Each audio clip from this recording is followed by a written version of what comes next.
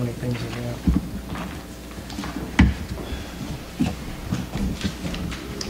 Yeah, move that we reconvene as the council, seal the executive session minutes as they relate to the potential litigation, but not seal the minutes as they relate to the interviews. Second. Okay, motion made and second. All those in favor, folks? Aye. Aye. Okay, thanks. I want to call the Hopkinton Town Council meeting of May 4th, 2015 to order with a moment of silent meditation and salute to the flag.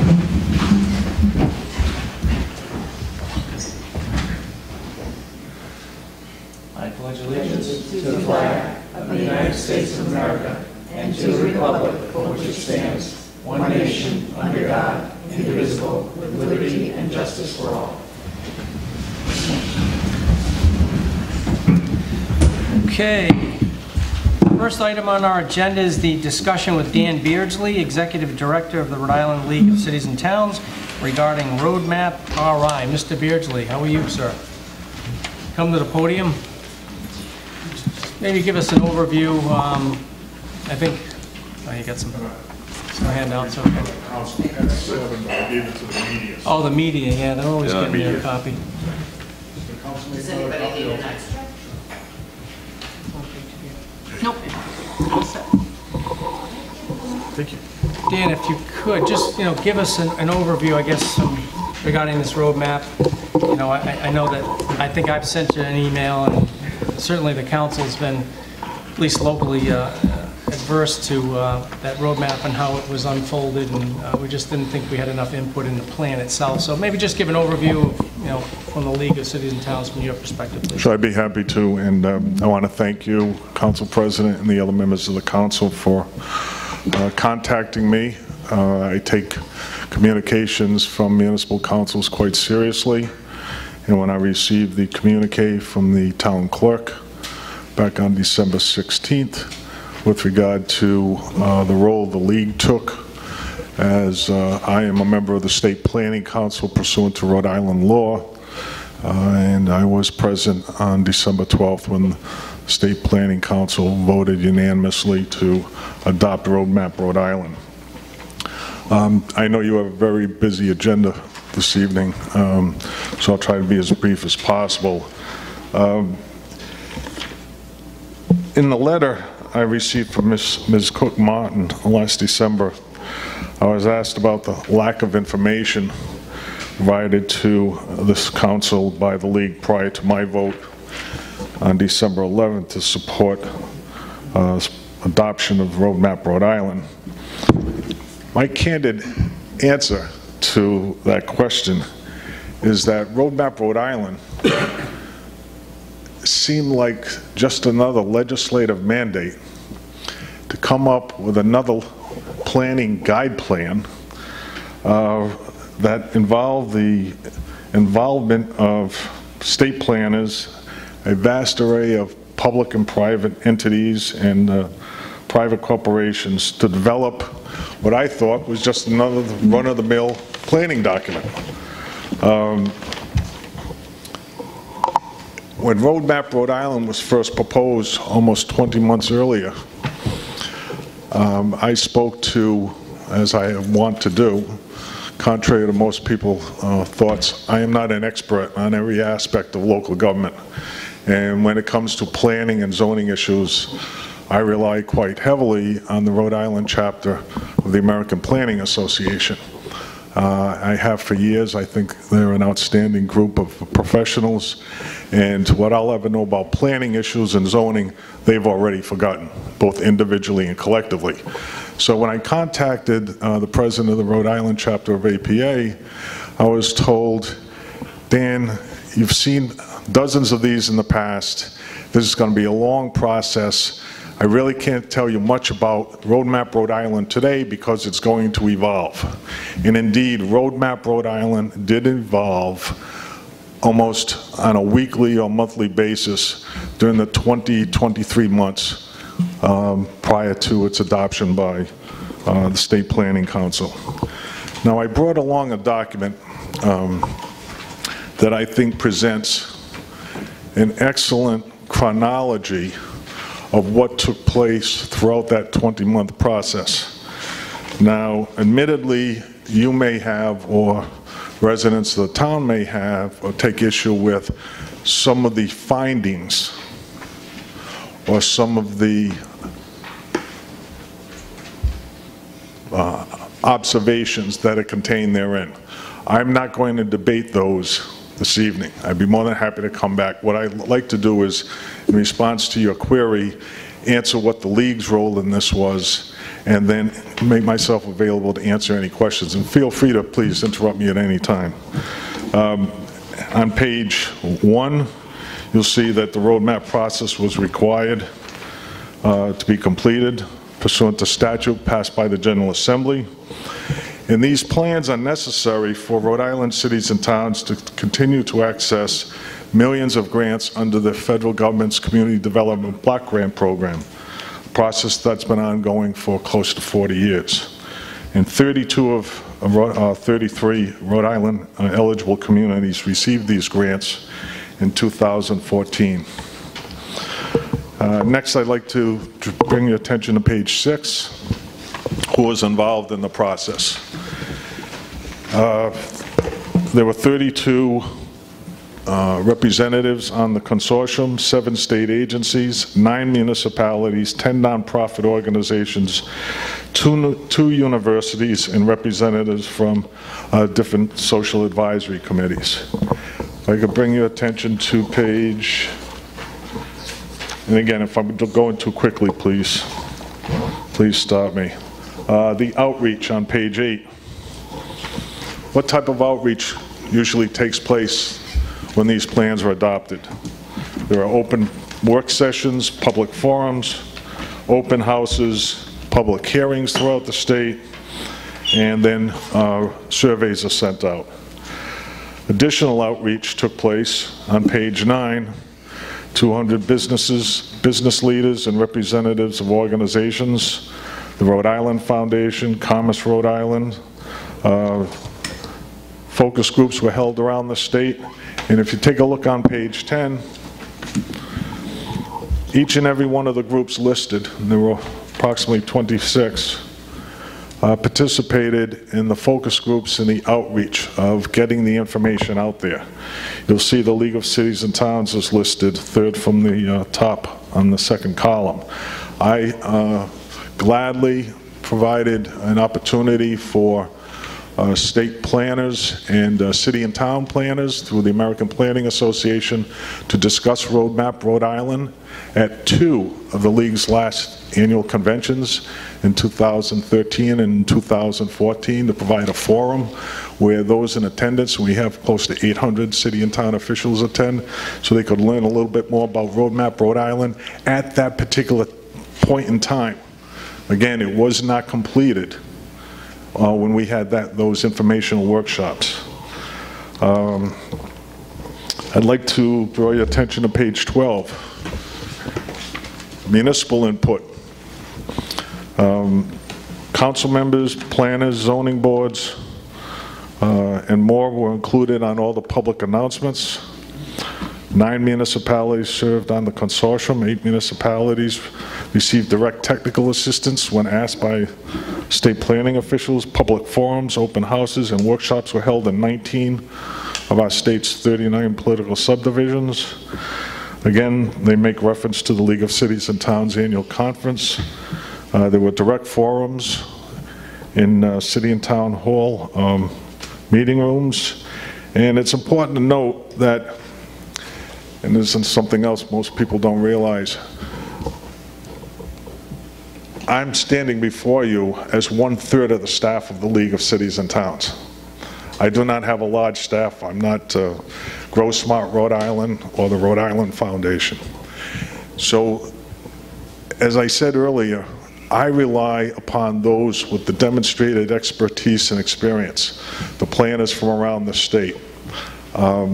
When I get the bills up at the State House that would impact municipal zoning ordinances, wetlands, saltwater marshes, etc., Dan Beardsley doesn't have the background and expertise to respond to those legislative bills. I do tap the members of the Rhode Island Planners Association. If it's a legal question, there's a group of solicitors I rely upon.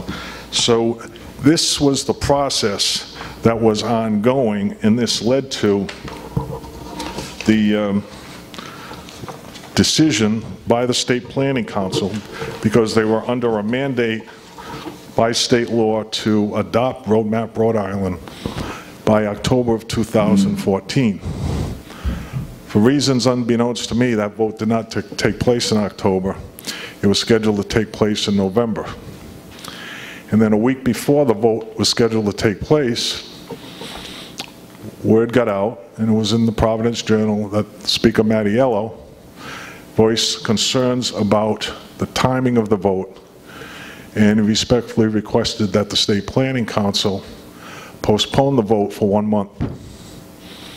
The Director of Administration, who serves as chair of State Planning Council, agreed to that postponement, and it was indeed postponed until the December meeting. During the interim between the postponement and the vote by the State Planning Council, the League of Cities and Towns had its fall board meeting. My board meets monthly during the General Assembly session, then it meets in September, and then again in November. So I believe on November 18th, and I have a copy of the minutes, the board had its regular monthly meeting. You can see the agenda on there. Ironically, PRISM and the National Grid battle we were fighting, along with Washington County Regional Planning, to get the tariffs so you could buy streetlights, was a subject on our agenda. But if you look under number 8 on page 2 of the minutes, you'll see that under new business, I reviewed Roadmap Rhode Island. I indicated that several communities had contacted me and urged me to support postponing the December vote. Excuse me, Dan. Yes. In your packet you gave us were the minutes. I believe there's a copy of the League's minutes. Oh, okay. You have them? Yep. Okay. I noted that the vote had already been postponed from the November meeting. The council was under pressure to comply with the legislative mandate. Although some individuals and groups, and I won't name them, vigorously opposed, objected to the plan. Grow Smart Rhode Island, the Chamber of Commerce, RIPEC, and many, many other entities who were there that day the vote took place supported the plan. In a thorough review by myself and Peter Schaefer, with the assistance of some members of the Rhode Island chapter of APA, reviewed the plan, and we came to the conclusion that many of the objections to the plan were unsubstantiated. Now, there's a lot to this plan, Grow Smart Rhode Island, Roadmap Rhode Island, that can be interpreted in different ways. I'm the first person to admit that. It's like a legislative bill. But what I was alluding to with regard to many of the objections, there's a segment of population in this state that will argue now that it's snowing outside, even though you and I know just by looking out the window it's not snowing. So when unsubstantiated allegations are made with regard to anything, particularly in this case Roadmap Rhode Island, right, I have to dismiss them. Those that I was relying upon for input and information did not in any way, shape, or form agree with some of the more outlandish allegations about Roadmap Rhode Island. I asked those present if anyone objected to my voting in support of the plan, and no one present raised any objection. And then I said that if a majority of the council determined that another postponement was warranted, I would support such a motion. The vote took place in December. I will tell you that prior to that vote, where is my sheet here? Excuse me, Mr. Beardsley. Sure. Prior to that vote, how many resolutions did you receive from cities and towns requesting you to postpone it, who you represent? Because we got copies of a number of cities and towns that have asked for the proposed postponement so that we could further understand what roadmap Rhode Island consisted of. That's correct. Prior to the vote, I received 2 telephone calls and 1 resolution passed by a town asking the league support to postpone again the scheduled December vote of the State Planning Council.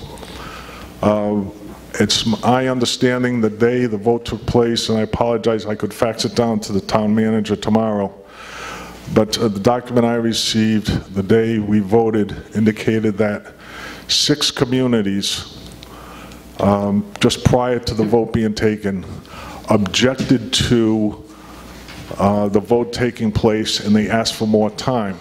The only town council in Rhode Island that voiced not only an objection and a request to postpone, but specific objections with regard to the content of the plan was the Hopkinton Town Council. And that's been noted on the record. All the other requests and all the other resolutions that came in at that time or prior to the December vote were simply resolutions asking for a postponement of the vote. Subsequent to the December vote, I believe approximately 14 council resolutions had been received, not by me, but by State Planning Council. I received directly, I think, 5 or 6 of those 14. But those came after the December vote. In opposition? In opposition, not asking for the postponement of the vote, but in opposition to Roadmap Rhode Island.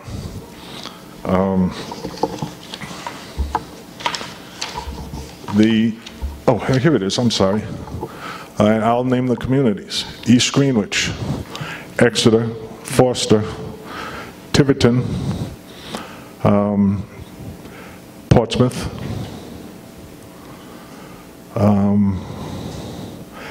Mayor Fung of Cranston sent a letter, I think 48 hours before the vote, objecting to the social equity principles, which he perceived to be a mandate. And then Hopkinton, there was a request for delay and more local review, but the town council also expressed the strongest worded opposition to potential perceived negative impacts of the plan content, infringement of property rights and individual liberties, and exacerbation of groundwater contamination and in violation of Article 13 of the state constitution.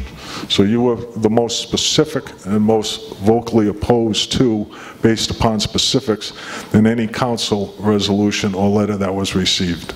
Again, the other councils simply asked for another postponement of the December vote.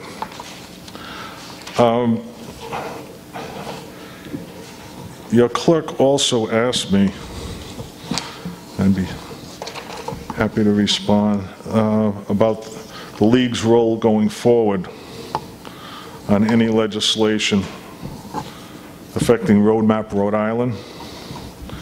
And at the present time, I believe there are some 7 or 8 bills introduced at the General Assembly. 4 of these bills were scheduled for a public hearing the week before last. They were on their legislative recess. The week before that, 4 of these bills were scheduled in the House Committee on Municipal Government. The day before the hearing was to take place, these bills were pulled, meaning they were taken off the agenda by the sponsors, the various sponsors. So none of the bills impacting Roadmap Rhode Island have been, hearings have not as of yet taken place. The bills that have been introduced, each and every one of them are enabling in nature. Enabling meaning cities and towns have a choice whether they wish to do what the bill enables them to do. Each and every one of these bills enables cities and towns to opt out in their entirety or from different requirements in the various sections of Roadmap Rhode Island. Each and every one of the bills does that. There's no bill pending in the legislature which mandates Hopkinton or any city or town comply with each and every provision of Roadmap Rhode Island. Yes, sir. My question, if the individual towns decide to opt out in whole or in part of, how does that affect CGB funds or anything else? You don't get it, do you? It's tied together. You know,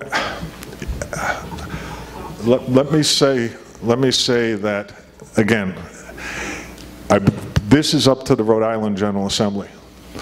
The Rhode Island General Assembly, some members are fully aware of what the proposed legislation to enable cities and towns to opt out may mean.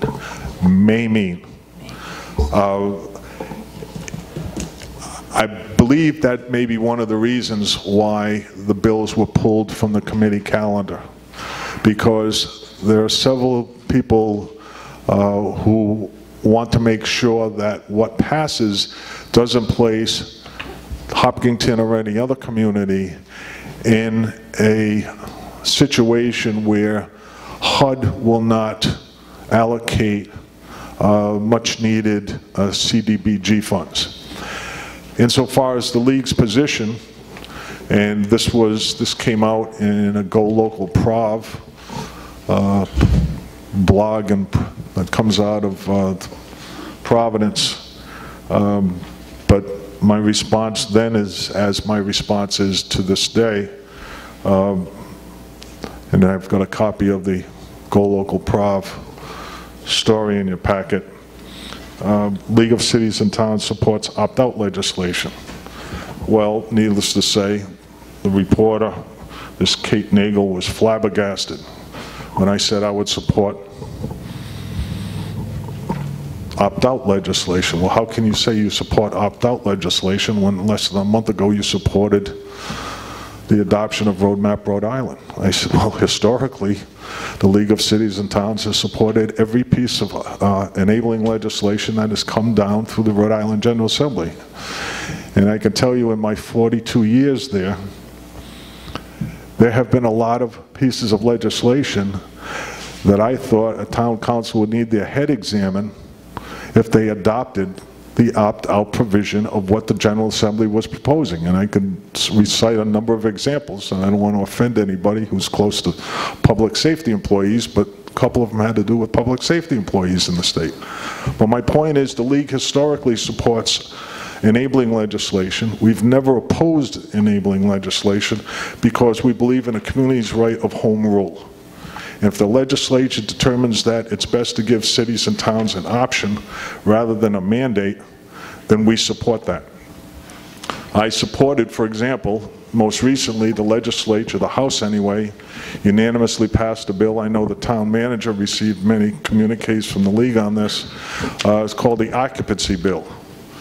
Bill's pushed by the Rhode Island Builders Association that would prevent cities and towns from collecting property taxes on buildings that the occupancy permit has not yet been given out. We opposed that for the last 3 years. We were able to get the governor to veto that bill. We have a new governor. I had no hesitation in thinking that the legislature was not again going to pass it. The House passed that bill unanimously. I believe it's going to pass the Senate unanimously. We tried to make the bill, get the Builders Association to agree to make it enabling.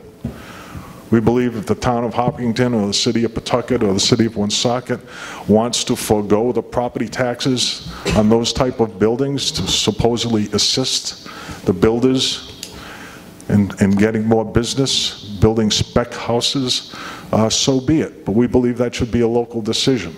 They wouldn't hear of it. So for 3 years, they've gone without, and now this year it's going to pass again. What the new governor will do, I don't know.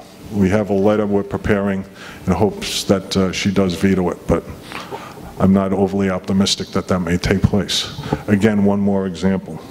Hey, Dan. Yes. When I think of enabling legislation, I think you can either opt in or you can opt out.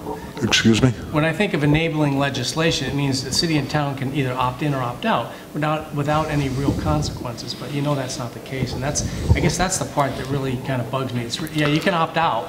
Well, there's but another one coming. And there's serious consequences, Yes. because we use CDBG every year, and it's a great avenue for our source of funding and for local projects, and it's not really that fair. I'll give you another example of a, it's not a law yet, but it's contained in the proposed pension litigation settlement. You've all read about that.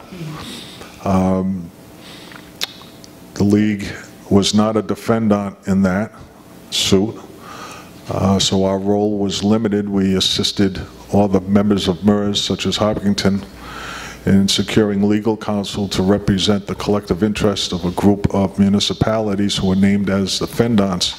The long and short of that is that the cities and towns who have been sued have voted to accept the proposed settlement, which is fine. The problem is that the legislature is going to have to deal with how that settlement is funded. Without assistance from, or without one avenue of paying for the pension settlement, it would cost cities and towns approximately $14 million more than they would have paid under the original pension litigation that was passed in pension law that was passed in 2011. What the legislature is doing is they're going to provide you with an opt-out. In other words, you can opt to re-amortize the cost impact on the town for both the school and the municipality if you so desire. If you don't, there will be a fiscal hit. If you vote to re-amortize, then you will, in essence, as people use the term, kick the can down the road. You will not have any immediate cost impact in your in next year's budget, but you will have a compounded fiscal impact because of the increased unfunded liability down the road. And that could grow substantially more than the original impact. One of the things I find as I was taking a look at this is all the way through Roadmap Rhode Island, people talk about how they really reached out to the communities. 19 out of 39 means you've left 20 of the communities out. And the 20 communities that seem to be left out are the rural communities, all the ones on the outside, outlying areas. Everything in this list of all the municipalities, the public forums, they're all in the cities or urban environments. There are very few that took place in rural areas. Because if people had, our concern particularly is, since this is supposed to be an economic, Roadmap Rhode Island is supposed to be economic, but most of it seems to be what people are calling social engineering, but mostly it has to do with fair housing. And our problem in a rural community is that we are expected to do the 10% affordable housing, even though I have 40% of my people who are low income. And you want me to do another 10%, and you don't count my low income people. And if people had been able to ask us about it, we might be able to have told you, is that if you don't count my 57 trailers, which are certainly low income, and you don't count them because they don't get anything from the government, they don't get any subsidy, you are making me do so much more than I can necessarily handle. It's a problem, the housing has been a problem across the board in all the rural and the smaller communities, because our communities are already low income. They happen to be self-supporting low income, but they're low income. Unlike the cities where they're not self-supporting and the government pays for more of them than they pay for our poor. And it's a problem on our side. The idea of Grow Smart Rhode Island, when you have all the economic and the planners getting involved, the last big plan was the big 2025 plan. Hopkinton wasn't on it. We weren't even mentioned. Nothing was mentioned until exit 3. And that year it came out, we came out with the award for the finest industrial plant project at Exit 1. We weren't on it. Your planners do not pay attention to the whole run that's the rural, whether it's from Portsmouth, Middletown, Exeter, Foster, Gloucester, Westerly, Hopkinton, Richmond, Charleston. We are certainly lower, we have less people. We certainly are not very fussy. We're usually pretty self-contained.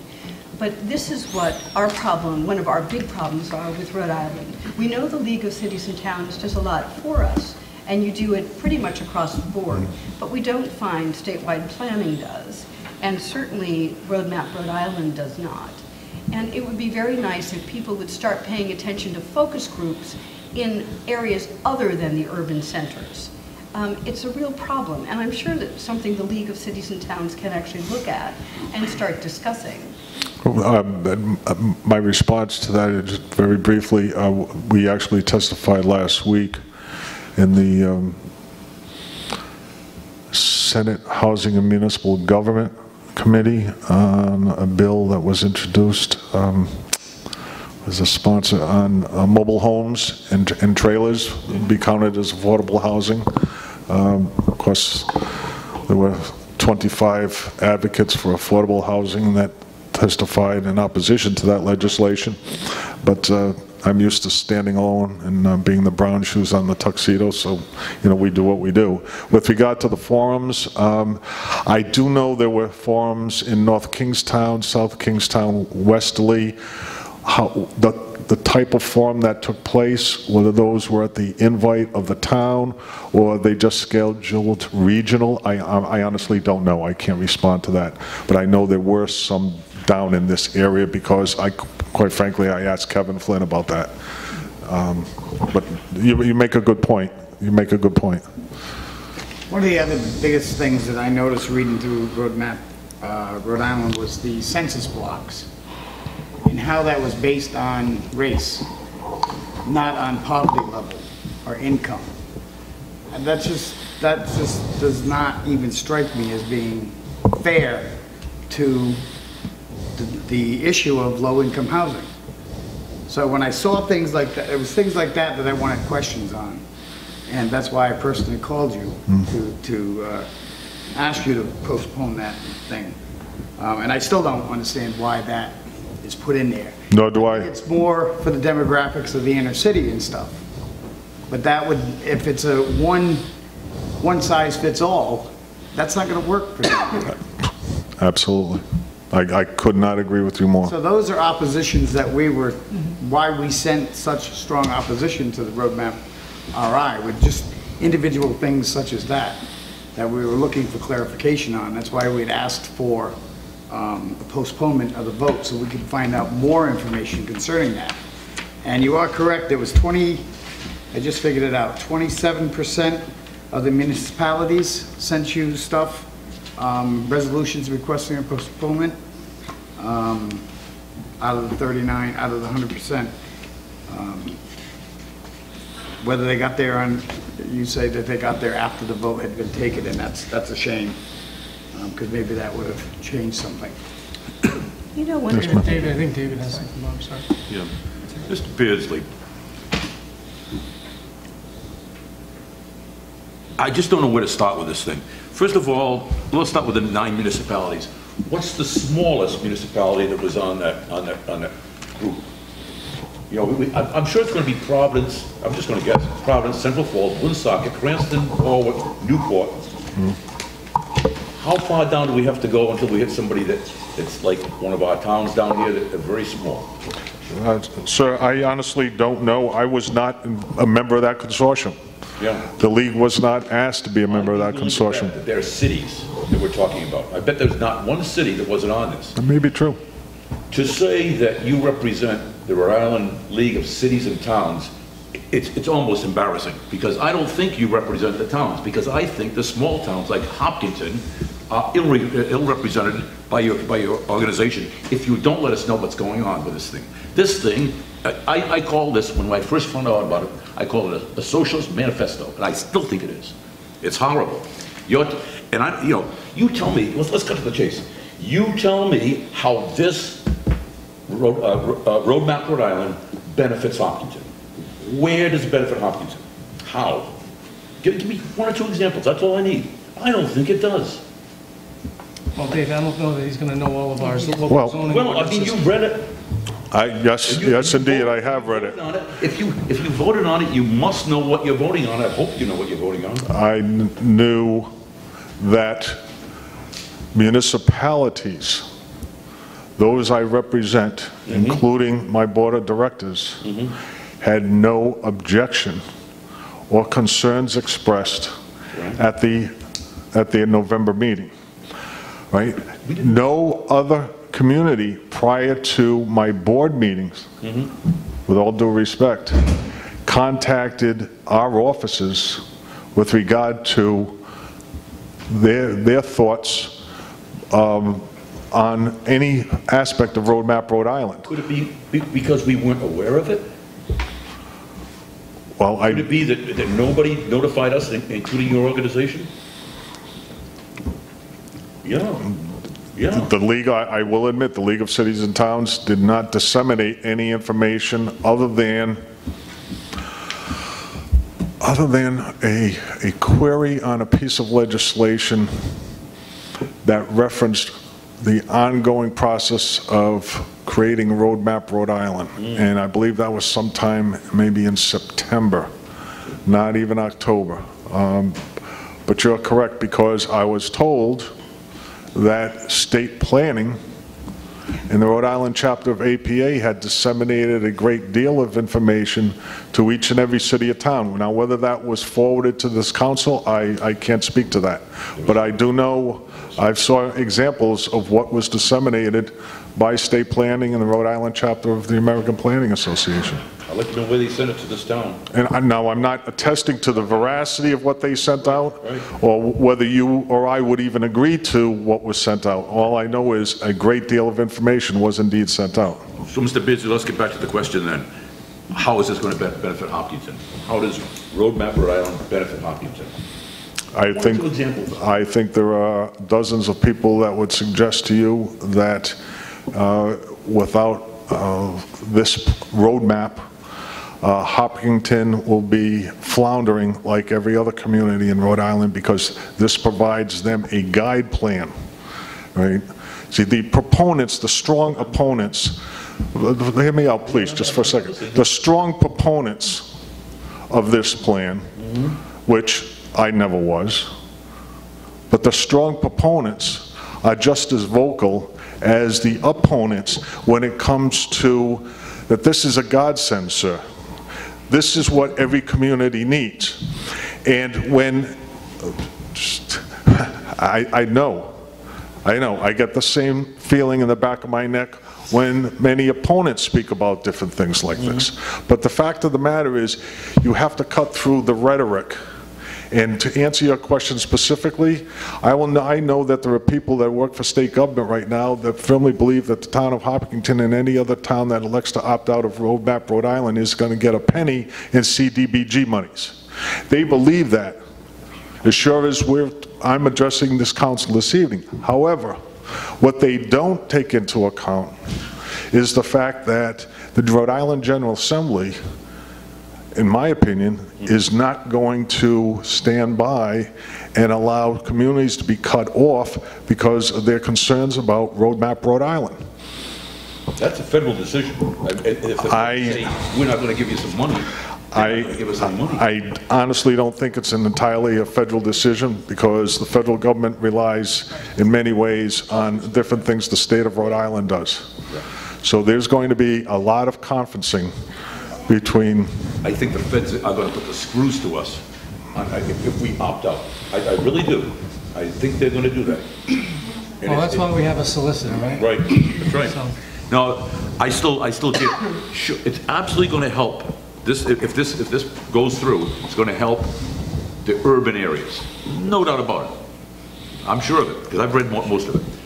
I don't see how it's going to help the rural areas, the small towns in this state. I just don't think that. I just don't think it's going to help us. I haven't seen anybody that tells me that it can. Well, I would, just in brief response to that, I have actually had phone calls from council members and staff within our urban districts questioning various aspects of this, and quite frankly, voicing the same concerns, some of the same concerns that I've heard this evening from this council. This wasn't accepted universally depending upon the size of the municipality and whether it's urban, rural, suburban, or what's the term the planners use, bedroom community. It wasn't. There was acceptance and reluctance on this thing across the spectrum. I think it's going to be very interesting, especially in the cities. The cultural component of moving people around to be fair. I think the value of cities is that they have enclaves of Hispanic, enclaves of Chinese, enclaves of Vietnamese, enclaves. And those enclaves are now politically strong. When you scatter culture, you scatter and break their back politically. You say, well, you no longer have a focus because you're no longer a group. And I think the cities are going to find this far more detrimental to their political wherewithal than some of the bedroom communities that might not mind all the scattering. But it is of great value to have a Hispanic mayor, a Chinese mayor, because there are enclaves of strong American citizens of different cultures. And when you scatter these people, when you scatter them to be fair, you break their back politically. And I think the cities are going to recognize that and find that's one of the strongest problems that they'll find with their own personnel, with all of their own citizens. I think it'll be very interesting to see what happens from the city perspectives, because some of that social engineering is actually detrimental to the groups that would have been Irish and the Germans that came together in big groups. They don't want to be scattered. They want the strength politically so they can make changes and they can become great American citizens within the democratic process. And I think this is very interesting to see where the cultural aspects will go. Thanks. Sylvia has some comments. I will say that I do know that the League of Cities and Towns has been very important to this town in the past. You have alerted us to legislation that you might be concerned about or took a stand on, and you made sure you informed cities and towns. So when this didn't happen, it was one of those things that, oh, this was a biggie, and we didn't get alerted. So that was a gripe. As to the development of this, as the roadmap itself, I did find that I think there are 4 or 5 pages maybe that speak to the rural nature. Within this document, there are 4 or 5 pages. In those 4 or 5 pages, they speak to village growth centers, increased density, those sorts of things, and they even note that mixed use and density makes people crazy. Well, it doesn't do that to everybody, but the problem down here, especially with the housing, you're going to need 10%. That whole issue about, and if you don't pretty much give them whatever they want to do, they're going to get to do it anyway, and it might be a little worse than you plan. So you try to work with them. That's been the thinking. Our problem is that the smaller the lot, as it gets smaller and smaller, obviously, you know, we're dependent on, most of the towns dependent on, or the entire town's dependent on septic systems. We have a couple of little pockets of water that is, but aside from that, it's primarily wells. And even though they can design a septic system that goes on a postage stamp that is so small, runs on electricity, may cost $33,000, $35,000 or more to do these little things on these little lots, those septic systems Well, they're designed to treat certain nutrients, and they're not designed, they can't treat everything. They don't deal with pharmaceuticals, for instance. So when you flush things down the toilet or whatever, and you've taken ingested drugs, they know now that these drugs of all sorts are showing up in water systems, and they're showing up in wells, because these things are just going into the ground. So one of the things I'm worried about, and you've heard a variety of things, but where I'm going with this is the smaller, if you try to mandate onto these rural communities to go smaller and smaller, we've already got villages that have floodplains that, you know, a century ago expanded, and the density is so much that even the environmentalists throughout the state, whether it's DEM or rural New England, for instance, when they came down to look at, and Jeff Marchant's here, he knows, we've had problems in the past with water quality in the villages when you put these homes together. So it's not that easy to just say, you know, let's do whatever you want, mixed development or whatever in our village, when our village is already actually over the limit. It's got too much septage or whatever. But when it comes to the issue of housing, we've had developments in town, and I've talked to the planning board about it, and they'll put in housing structures that are, I mean, you could throw a tennis ball and play catch back and forth. And I'll say, why is the houses so close? Well, that's what they have to do to make it affordable. But back to this document, I'm concerned about the sections that do speak, the few pages that speak to rural, and all it does is say, you know, growth centers. Well, we've got serious problems, and I do agree that this document is primarily written for the urban centers. Absolutely. And the rural nature and our particular problems that are so opposite to the problems that the inner cities have. This document leaves us out. And I'm worried about some of the language in here. Is it a mandate or not? That's where I'm confused. What's a mandate and what isn't? I would suggest to you that while there are a number of provisions, some scary provisions of Roadmap Rhode Island that are viewed as a mandate, I can tell you that, and this is after speaking to several planners who are also attorneys at law, and there's no question in their minds that there's nothing that cities and towns, there's no law that's currently on the books that cities and towns are aware of that can be unilaterally changed as a result of a mandate passed by a state planning council to change anything that a city or town currently does or has been planning to do based upon current law. The only body that can dictate a mandate, a changed mandate, is the Rhode Island General Assembly. There's one thing I know about the Rhode Island General Assembly, is that at this particular point in time, I don't believe they're going to pass anything in this document that in any way, shape, or form interferes with local affairs. Right? They may pass a bill to help the Rhode Island Builders Association, but unfortunately the Rhode Island Builders Association's bill wasn't referenced in Roadmap Rhode Island. If it was, that bill wouldn't have passed the Rhode Island House unanimously. I will also tell you that it's interesting that at the time when the speaker, to his credit, asked for the postponement of the November vote,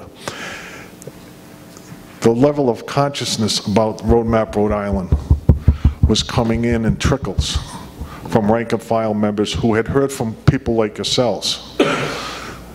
Now, I know your delegation quite well, particularly the Dean of the House, Representative Kennedy. I know nothing gets by him. He's like a hawk up there. Now, Maybe it was people like Representative Kennedy, many others, who started voicing the concerns that they heard from their local councils. Because prior to that communication, I never heard any opposition from the Rhode Island General Assembly. It was a legislative mandate that we missed the deadline, or the State Planning Council missed the deadline in passing Roadmap Rhode Island on. So. Okay, anything else from Mr. Beardsley, folks? Okay. No, public comment. No, it's not a hearing, Marnie, please. I think it would be wise if you would support some of the opt-outs of bills that... We support every piece of legislation that provides an opt-out provision. We do. We have historically done that. We will continue to do that. Without any strings attached.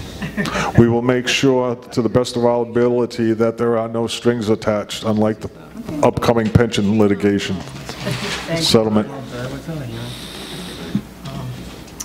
Anything else? Okay. Thanks, Mr. Beardsley. And let me conclude simply by saying, I don't get out that often, different council meetings. I'm at the State House every night they're in session. That's Tuesday, Wednesday, Thursday.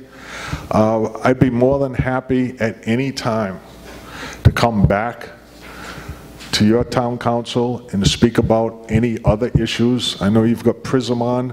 I'm proud that the League assisted the Washington County Regional Planning in getting that legislation passed. We've been battling the National Grid before the Public Utilities Commission. One, on the tariff so you can buy those lights, but two, now they don't like, you know, we're with you, we're for you. Not for cities and towns, they're not. Not on street lights. So again, I'd be more than happy to come back at any time, and please remember that. And thank you for the opportunity to come down here tonight. Thank you very much. Thank you. Okay, folks, next on our agenda is consent agenda. Approved town council meeting minutes of April 20th, 2015. Town council meeting minutes of April 6th, 2015. Set May 18th, 2015 as a hearing date for a multi-event permit filed by Holly Tree Campground. Pull April 6th. Pull April 6th. I got to pull April 6th too, and abstain from April 20th because I wasn't here. All right, so a motion to set May 18th, 2015 as a hearing date for a multi-event permit filed by Holly Tree Campground. Second. Okay, motion made second. All those in favor? Aye. Aye. Thanks. What page, Barbara? Page 9. In which minutes? 6? The 4-6? 6th. In 4-6. Page 9. Okay. About a third of the way down, the sentence, if the town moves forward with the participation agreement, the town would have to decide what it wants, and there are 3 options: just to maintain, convert to LED, or add adjustable controllers. I believe there's a 4th option. The 4th option was to choose not to do anything at all. We can move forward with the participation agreement, but the 4th option that we could choose not to do anything at all once they have sent us the the list. I want to make sure that we have that as a 4th option. That's all. I had April 6th, page 5.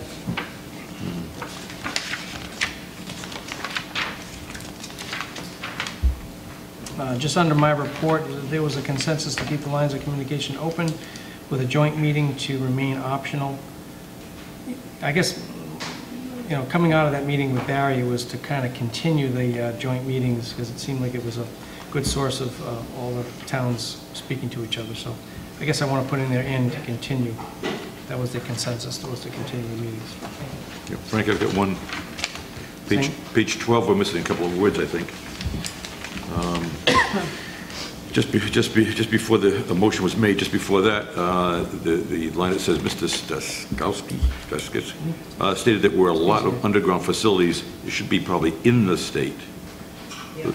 Those 2 words, in the state, and that's all I have. 20. I need to abstain from. I'm abstaining from the 20th, too. Okay.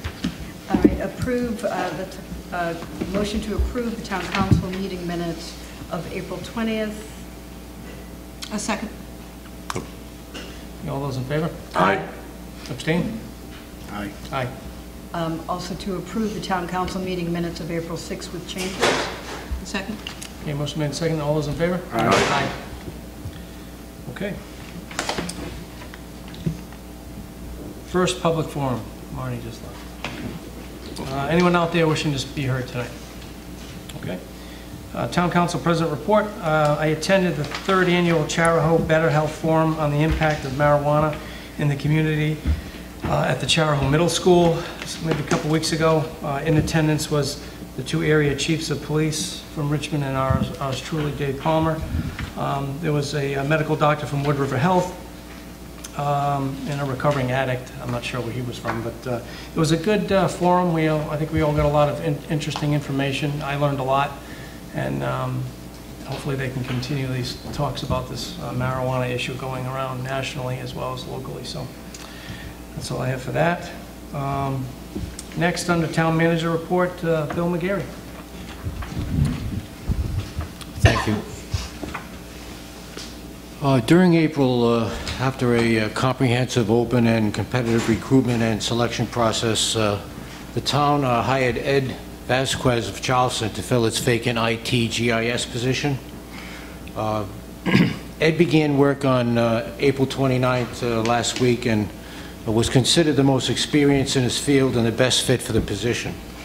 We interviewed several people, and I was assisted in that interview process by our interim IT GIS consultant, John Killian. Ed is with us tonight, and I'll give you just a brief bio on Ed. He currently lives in Charleston with his family and has for some time. He's a graduate of North Kingstown High School.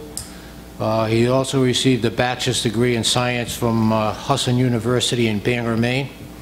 He's as a CIS, Computer Information Systems student.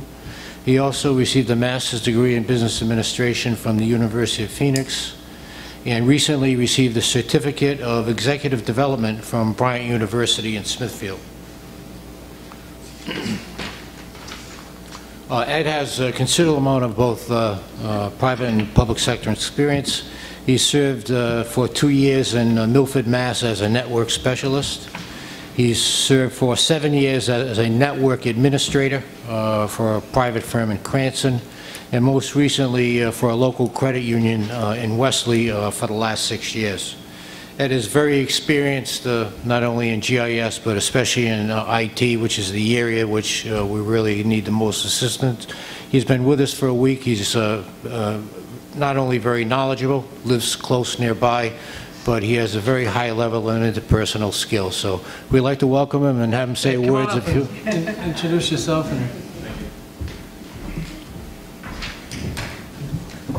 Welcome, Ed. Welcome, thank you. I really appreciate this opportunity. Mr. McGarry and I had long conversations, and I look forward to working with him extensively and the rest of the town departments.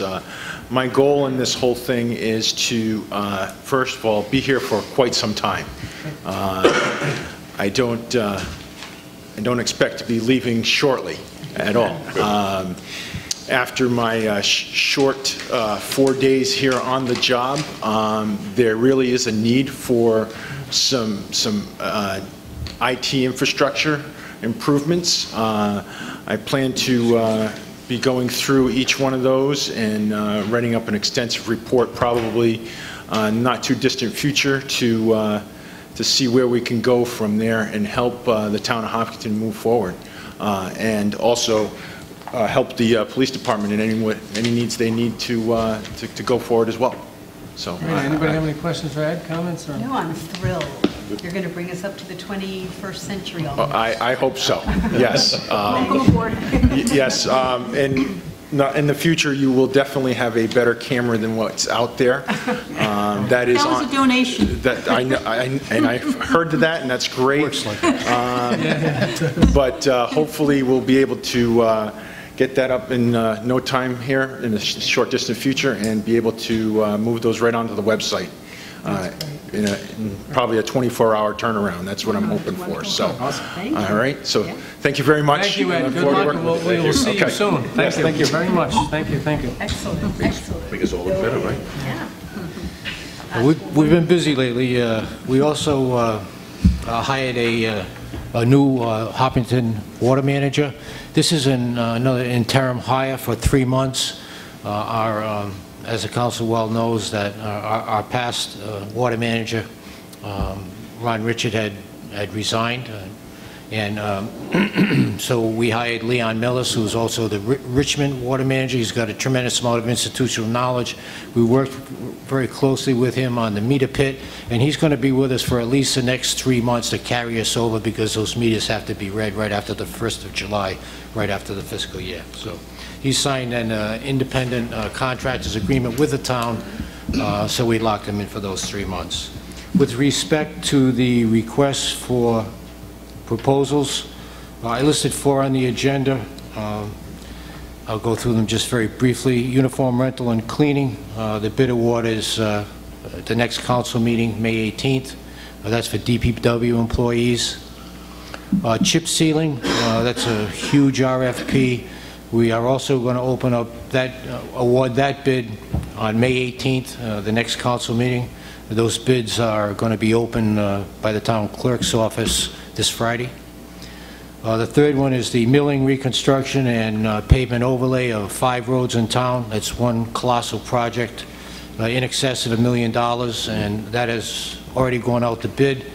And the bid award is scheduled to come before the council on June 15th. And lastly, the sale of 6 used police vehicles. Rather than trade them in for a nominal amount, we decided to advertise them for sale, and that bid award is also on June 15th of next year. In addition to that, we have 7 other projects. Many of them are CIP projects that are going to be the subject of RFPs probably before the end of the year. So we've been busy on the administrative front. Thanks, Bill. Any questions for Bill, folks? Just the ones, the police cars that are for sale. Any of them have any of the interceptor motors in them? You remember them, Bill? It's a public bid. Hey, thanks, Bill. Next, under old business, we may have to, well, I'd like to move this to the end of our agenda. Tom Gentz has his Financial Town Assembly meeting in Charlestown. So as I can see, he's not here, so he had asked me if he wasn't here, if we could move it to the end. If he's here, great. If not, we'll have to reschedule.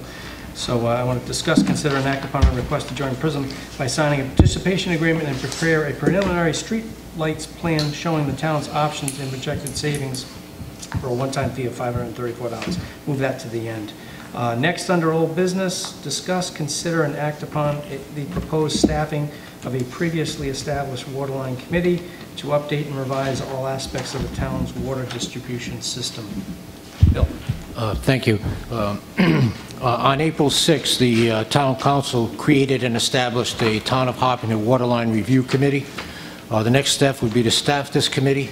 I was charged with that responsibility, and the following individuals have indicated an interest in serving on that committee. They're listed in the report. I'll list them for the record. It's Sylvia Thompson from the Town Council to represent the councilor. Sylvia has a lot of institutional knowledge and was responsible for the water line coming to Hopkinton in the first instance. Myself, Finance Director Brian Rosso, his assistant, the Deputy Finance Clerk Elizabeth Monti, who's going to be doing all the billings. Leon Millis, our newly appointed interim water manager. And then, in order to establish a lot of transparency on the committee, we wanted to get some people from the water line, the actual customers themselves. We took the 2 largest water line customers, Jason Caswell of the Hope Valley Fire Department, and Joe Giancarelli, who's the principal of the Hope Valley School. And lastly, we added Elwood Johnson, who was actually a residential property owner on the line. So that would, 2, 4, 6, we recommend, and it's up to the council, whatever they want to do, but we already have 8 people who are more than willing to serve on that committee. can make a motion, the Hopkinton Town Council approve the staffing of a previously established waterline review committee to update and revise all aspects of the town's water distribution system. Second. Okay, motion and second. Any further comment, folks? All those in favor? Aye. Thank you. Next, under old business, schedule a hearing date regarding the proposed amendments to the amusements ordinance. Last meeting, I was away on vacation, and I wanted to thank Sylvia Thompson for her leadership on this particular issue, waiving some fees for nonprofits or anyone that's in conjunction with the rec department. Sure. It seems like it's certainly something we may have overlooked when we initially set this ordinance in place, and I want to thank her for that. So the Huckfin fees were waived for the organization that I belong to, and it's a great event. It's been going on now 60 years. So I want to thank her for that, and I wanted to put this on the agenda so that we could schedule a hearing date and get this process moving. And it would be important that the rec department weigh in on the language, because I want to make sure they agree that we've got it right. You know what it's about. We don't want to be charging people hundreds of dollars like the events you sponsor or co-sponsor. Exactly. Yeah. It's not our intent. So Lisa, when's... So bearing that in mind and keeping in mind, well, I know that the charter requires a certain amount of advertising, not as much as we initially thought because it's not involving zoning. But in keeping in mind what you just mentioned, and we don't have a that's right. Language at this point, did you want to set it For 2 months, maybe. Oh, okay. That gives So us maybe plenty of in time. July? Sure. The first meeting in July, so July 7th. Okay. July what date? Gives the rec department time to look at the language and solicit. We will have another application coming up for the Boy Scout camp out. If they have to pay, we can do the same thing.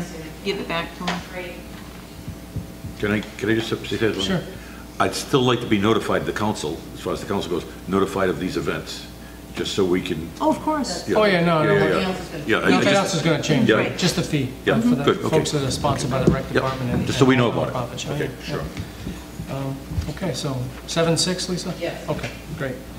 All right, thank you. Next, under new business, discuss and consider approving the master plan design for the Langworthy Field Improvement Project, previously approved by the Hopkinton Rec Commission. I guess that's Mary and company. Hello. Hey, Mary. Hello. Good evening. So the Recreation Commission has developed and approved a master plan design for improvements to Langworthy Field for your consideration. And in your packets, I believe you have the master plan design, the cost analysis, and some other related documents. As you probably know, Langworthy Field is a unique piece of property that sits right in the heart of Hope Valley's residential and business district. It's adjacent to Hope Valley School, parallel to Main Street, easily accessible by walking or biking or, of course, driving. And it's also an area that qualifies for funding under Community Development Block Grant Program. So the Recreation Commission, in collaboration with the Planning and Recreation Departments, excuse me, has developed a design plan for improvements to the field. Their design concept was submitted to Fuss and O'Neill, and the field area was surveyed, and a plan and cost analysis was drafted for the Recreation Commission to review and approve. The Recreation Commission also identified short-term and long-term projects within this plan, and these areas of improvement are identified in the various phases of the master plan. Landscape architect from Fuss and O'Neill is here tonight to explain the plan in detail as they have laid it out for us, and he can come up when I'm done. Jeff Marchant is here to address any issues with the block grant process, if you had any questions about that. Jim Lamphere is here to address any issues about the funding and projected funding and where we're at with funding and from where the funding is coming from. And lastly, I would just like to say that I'm very pleased with the work of the Rec Commission on this project. This design maximizes the land use in an excellent manner without really increasing maintenance duties. It improves handicap accessibility, improves sidewalks and parking, and calls for upgrades that will provide and enhance both passive and active recreational opportunities for the citizens of Hopkinton. So hopefully you'll find this worthy for acceptance, and I guess without further ado, you're on. Thank you. Hi, I'm John Allard from Fussin O'Neill. I'm a landscape architect, and Jim had, we have an on-call with the town of Hopkinton, and Jim had given us a call to help him kind of with some recommendations for the master plan for Langworthy Field. I guess we've already set up where Langworthy Field is located. Right now, it consists of, and this is an older park. It's been around for a little while, so obviously there's going to be some dilapidated structures and things tending to go south. Right now, there's a playground. More so on the smaller side. It's seen its better days. There's a large asphalt parking area that's too small for a double bay parking lot, but way too much pavement for a single bay parking lot. There's an existing baseball field, which has fencing and backstops in very good shape. And there's an existing concrete basketball court fenced in at the top of the site. Now, our goal was to kind of amend what is existing, and this is what we came up with help with the Parks and Rec Commission, who's here, who's almost all of you are here. So we have a very good showing from them tonight. What we're in the midst of is, well, Jen is in the midst of finding funding for Langworthy Field, and that could be meaning that there could be phases. So phase 1 would implement, say, the playground. Phase 2 would implement the hard courts and so on. And I guess going through, we can talk about how it would be broken up into phases. Depending on funding, it could be the whole thing in one, built in a year.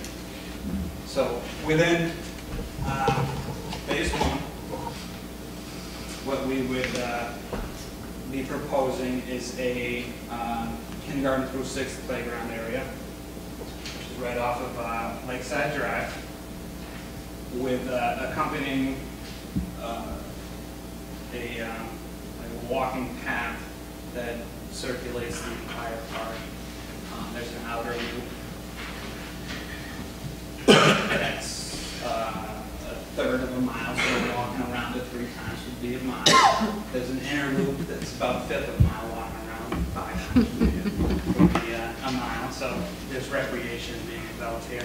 These paths are proposed to be polypavement, which is a liquid additive to the existing soils that makes it strong like concrete, a little stronger than asphalt, but it takes on the texture of the existing soils, so it's very natural in the site.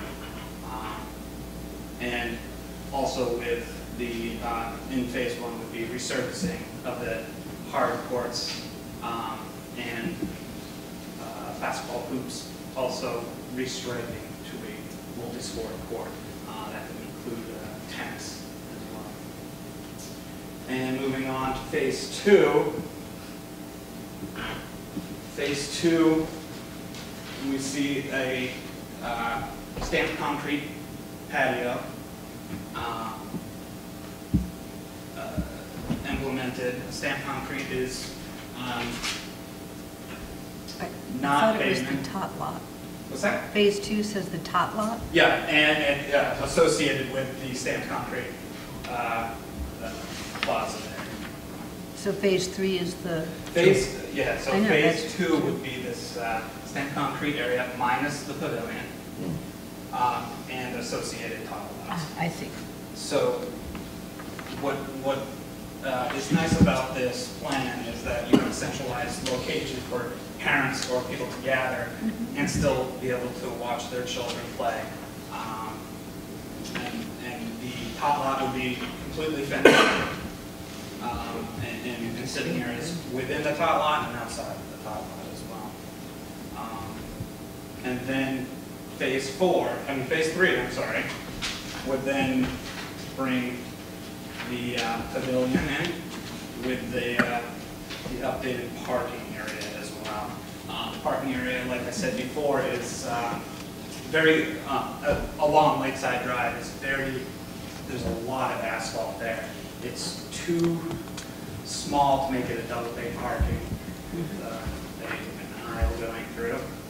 And it's way too massive just to keep it there and keep a single bay. So what we did is we captured a lot of that asphalt and put it into this new playground along Lakeside Drive. There's also parking associated with Locust Hill Road. And since Locust Hill Road is a two-way road, there's angled parking each way. The reason for this is for regulations, you need a 24-foot aisle in the back if you're going to park perpendicular to the curb. Now we don't have that, and the only way to achieve that is to angle the parking spaces. So we have angled parking spaces without losing any parking in the site. Moving forward, I'm working with Jim in the Rec Commission. It was a great time, and we hope we can push this forward and get some funding and be on our way to constructing it very soon. If anyone has any questions, David, I'll try to answer. Yeah, David. A couple of minor ones. Yeah. Over here we have in the legend we have existing street tree to remain. Yeah. And we have. Are there going to be any trees removed from this? There's going to be a few. There's some flowering trees in here existing right now. Yeah. There's a couple that are in not so great shape. They're kind of tilting over, Okay. damaged by storms. The ones that are still able to be, they're still very small. Yeah. So they're able to be transplanted. Sure. Will be transplanted. Because there's some wonderful big trees there. Oh, absolutely. All these. All along the road here, these are the existing trees. Right. And they're staying. Okay. What's the thinking for the use of the ball field? Is this going to be something used by the kids in the school, or is it going to be part of maybe the Little League? The reason why I ask it. Sure. We use that for our programs for the community. If you wanted to have a picnic and a softball game, a family outing or whatever, Okay. you can call the rec department and say, can I reserve the backstop for Saturday the 5th? Sure. Chariho Little League does use it for practice. They do? That's right. Yeah, Chariho Youth Soccer has also used, not backstop, Yeah. but the practice. Yeah, I- exactly. I'm worried, what happens if a group comes in there and they want to use the field and it's adults and they're using softballs? I mean, how far can they hit the ball into the playground? We measured that, there's 250 feet, Oh. and it doesn't reach, Good. wouldn't reach the playground. We're putting a fence along Locustville Road to prevent any ball from rolling. Yeah, the Yeah. The post office parking lot, we Yeah. add the patch. The post office has been like, coming across. Of course. There we go. We put a fence along Locustville Road there. Is there any thinking for stands on the ball field? So the parents can sit there or somebody can sit there, or are you going to have them sit in the slope? We have a existing bench for each side to sit on, for each For team the side, team. but no Yeah. spectators. Stands at this point, I don't think we really. No, it's kind of a passive, you know. It is. Small. It's more so not so much. You do have a bank there, that I suppose the people, if it was cut, you could sit in the bank. Yeah, sit in the bank. Yeah. Yeah, that's Yeah. phase 4. There you go. Okay, that's it for me. Yeah, I have a couple. Hey, go ahead.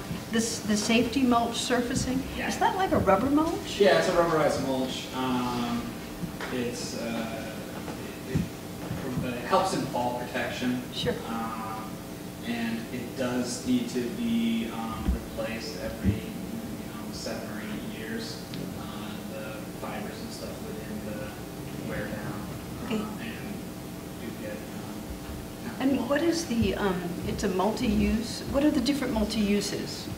Tennis, basketball? Recreation, tennis, basketball, we were thinking, volleyball because the surfaces will be a rubberized. Oh, How do you great. think twice about volleyball? Yeah. But that's that rubberized surface so that it's, Yep.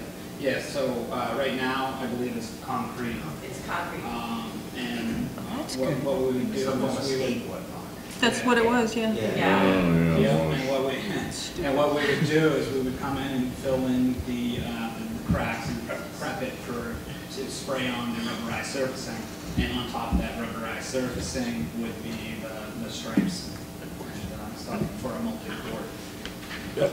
Mary, if it's going to be a basketball court, how do you play tennis where you get a couple of baskets? Yeah, so Stanchions. inserts, go ahead. You can see here, yeah, so the dark green in Yeah. this area is the size of the tennis court. Okay. And then the light green is the extent of the basketball courts. So the tennis court is actually within the basketball court. So you're not going to be able to play basketball and At the tennis same on the same court at the same time. Right. So someone can be playing basketball over here and tennis over here. Oh, okay, 'cause I just didn't want any tennis players to run into a basketball Yes, stanchion. yeah. and are you doing any watering system for the field or? There is actually a watering, there is a sprinkler system. Irrigation system. They're already installed at Langworthy. Okay, so you think that once you fix the field and make it beautiful, that'll help keep it beautiful? That's right. Okay, and then my last question is, Hope Valley School, how do they plan, oh, there's two actually. Hope Valley School, how do they plan on using it or not? I don't know how that's, Well, Hope Valley School does use the field, and, you know, really for our plan design, of course, it would just enhance their experience. But our plan design, really, we were focused on our community. This is Yeah. our park, you know, the schools. so they'll fit Out of in? it to a certain extent, of course, Right. we will go see Joe, the principal at Hope Valley. He's done some great work up there, the school district has with the back parking area, and playground area. It's cleaned it up and it looks fantastic, more usable. So we will definitely, after your approval or, you know, address any concerns that you have with this plan, you know, bring it to him and show him what we're thinking of doing.